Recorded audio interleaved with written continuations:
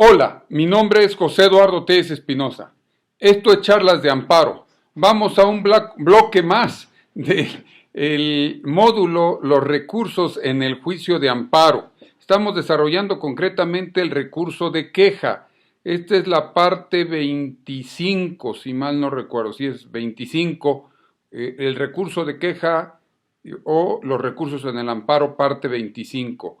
En los módulos anteriores desarrollamos todo lo que es el enfoque de los recursos, los 4 recursos que existen en el amparo, la procedencia del recurso de revisión, contra qué actos procede, vimos además lo que es la revisión adhesiva, vimos la revisión en amparo directo y después nos centramos a los casos de procedencia de la queja, prevista actualmente en el artículo 97, tanto en sus fracciones primera como en su fracción segunda. Y la fracción primera para el indirecto, la fracción segunda para el directo.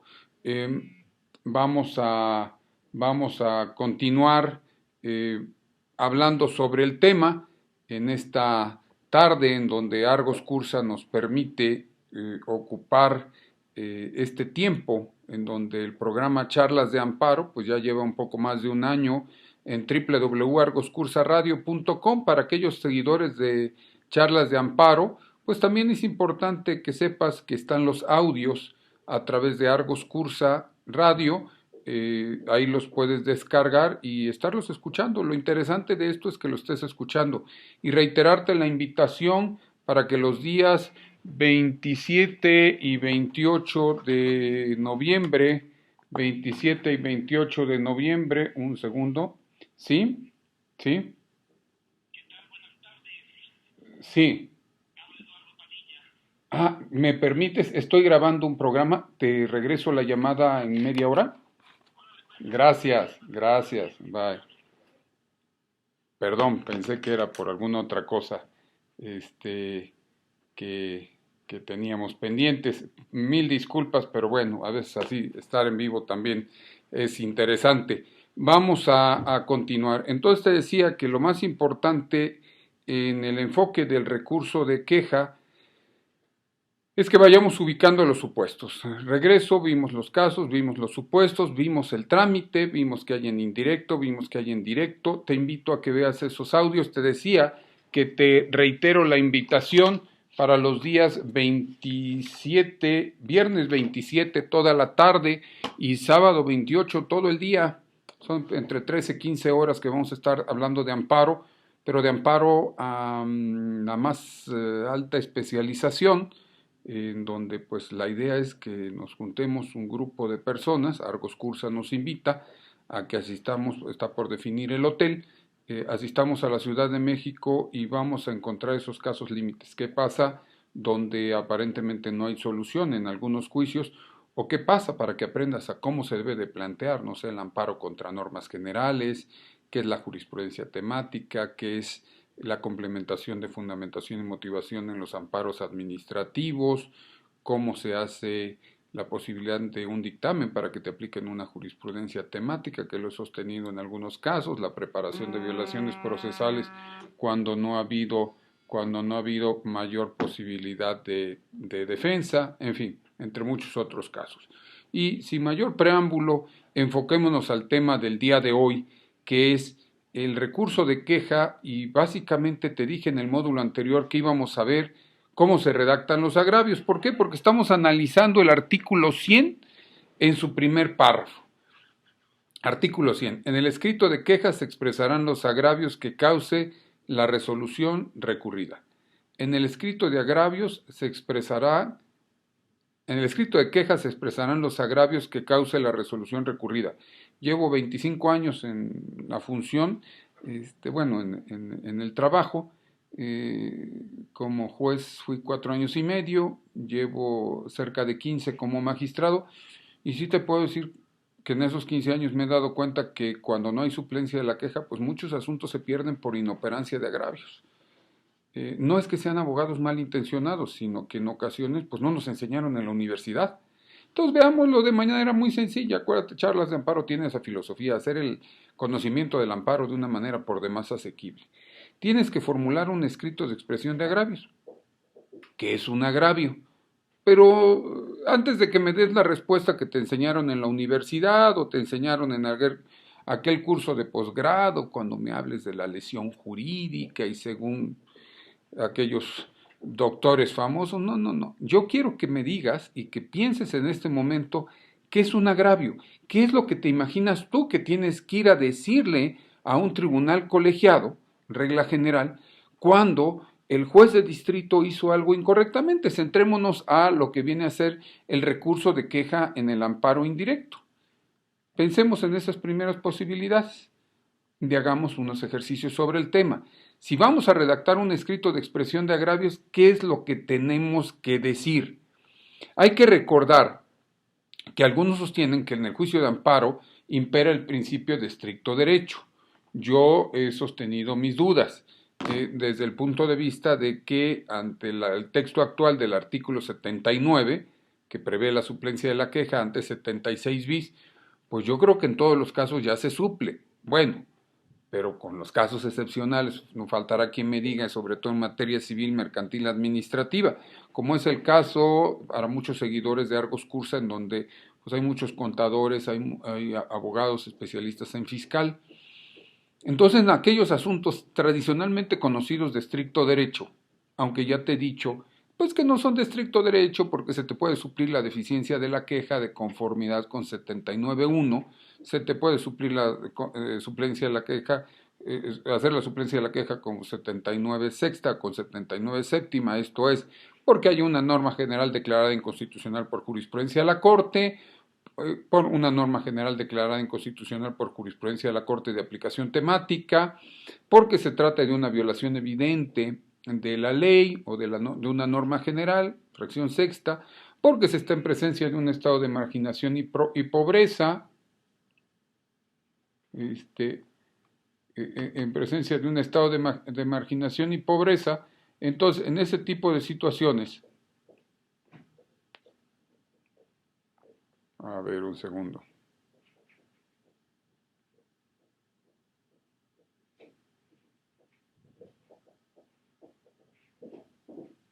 Un segundo.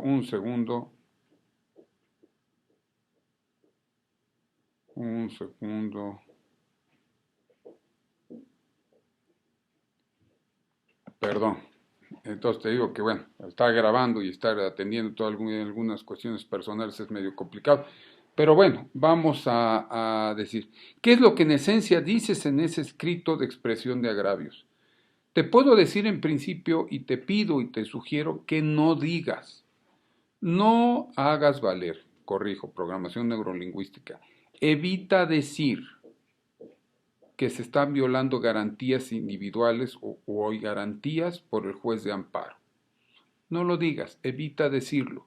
¿Por qué? Porque hay jurisprudencia de la Suprema Corte que si tú le atribuyes al juez de amparo que violó garantías, siendo que el juicio de amparo tiene como medio de control de la Constitución, es un medio de control de la constitucionalidad, y dices que violó tus garantías, pues válidamente te puede decir, oye, pues es inoperante, no podemos analizar si un juez de amparo violó la Constitución en los recursos, hay jurisprudencia de la Corte.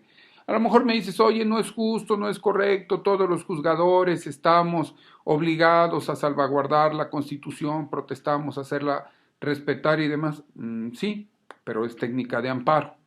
Entonces, lo primero que te sugiero es evita decir que el juzgador violó la Constitución para que evites caer en el riesgo de que te digan que es inoperante. Entonces, ¿no está obligado el juzgador de amparo a cumplir con la Constitución? Sí, sí está obligado.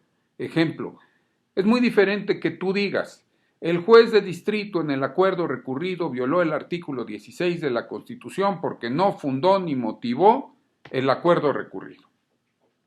Oiga, pues sí, los jueces de distrito están obligados a fundar y motivar de conformidad con el 16 constitucional. Sí, e hicimos una protesta constitucional para hacerlo. En cambio, ¿qué tendrías que decir? Ah, mira, el juez de distrito violó el artículo 74, fracción cuarta de la Constitución. Y lo puedes vincular incluso con el Código Federal de Procedimientos Civiles, porque el 74 cuarta que se refiere a las sentencias. Aquí podrías decir, oye, es que un acuerdo de suspensión provisional no es sentencia, o un acuerdo no es sentencia. Bueno, pero desde el punto de vista y en lo conducente. ¿Qué es lo que se analiza? Dice 74 cuarta, la sentencia debe contener, cuarta, las consideraciones y fundamentos legales en que se apoye para conceder, negar o sobreseer, conceder, negar o sobreseer, consideraciones y fundamentos legales. ¿Por qué hago la precisión? Entonces, vamos de nuevo. Si te estoy diciendo, evita decir que se violó la Constitución, en consecuencia, ¿qué es lo que sí tienes que decir? Ah, violó la ley de amparo, se apartó de la misma, violó la ley orgánica del Poder Judicial de la Federación, no observó una jurisprudencia, no observó un acuerdo general de la Suprema Corte, no observó un acuerdo general del Consejo de la Judicatura Federal. ¿Ves cómo cambia nuestro enfoque? Es muy distinto que en un recurso dentro de un amparo digas que el juez de distrito violó la Constitución. No, el juez de distrito, claro, sí, a lo mejor sí la violó, si no la fundó y la motivó, sí, violó la Constitución el señor, pero no lo podemos examinar. La jurisprudencia dice agravio inoperante, no se puede examinar si se viola la Constitución dentro de un medio de control constitucional, fue el criterio establecido por la Corte.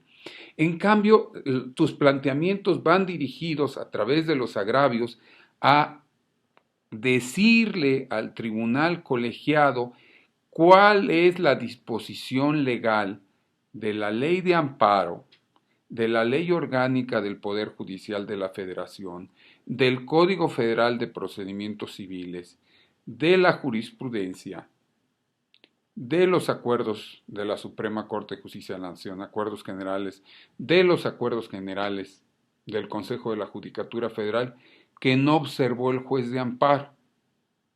Ejemplo, si no atendió una jurisprudencia, y esta jurisprudencia es de corte, no atendió el 217 primer párrafo de la ley de amparo, porque no observó la jurisprudencia de la Corte que dice esto. Ah, fíjate que aplicó una jurisprudencia de manera retroactiva y había cuando yo promoví mi demanda de amparo había una jurisprudencia en sentido diverso. Ah, entonces dirías, mira, el juez de distrito violó el artículo 217, último párrafo de la nueva ley de amparo, porque aplicó de manera retroactiva en perjuicio de la parte quejosa la jurisprudencia tal, toda vez que a la fecha de presentación de la demanda estaba en vigor esta otra jurisprudencia. Y le citas una tesis que salió hace unos días, emitida por la Suprema Corte, en donde nos explica que así se debe de interpretar el 217. Esta es la forma más sencilla que hagas un concepto de agravio, un agravio. La segunda, como te dije, primera regla, evita decir que se violó la Constitución. Segunda regla, es conveniente, pertinente o adecuado que tomes tú en cuenta cuál es el artículo que se violó, cuál es el artículo que el juez de distrito dejó de observar. Es conveniente, no es obligatorio. Dame los hechos, yo te daré el derecho, reza el aforismo. Entonces, como parte de tus agravios, puedes hacerlo. Acuérdate que hay, así como conceptos de violación tradicionales, formales, rigoristas, pues hay agravios técnicos rigoristas. Pensemos cómo se hace un agravio técnico rigorista. Pero ¿qué te parece si eso lo vemos en el siguiente video, en donde te explicaré cómo es un agravio técnico formal y cómo es un agravio técnico desde el punto de vista de la causa de pedir? Pero ¿qué te parece que mientras eso sucede, mi nombre es José Eduardo Telles Espinosa, esto es Charlas de Amparo?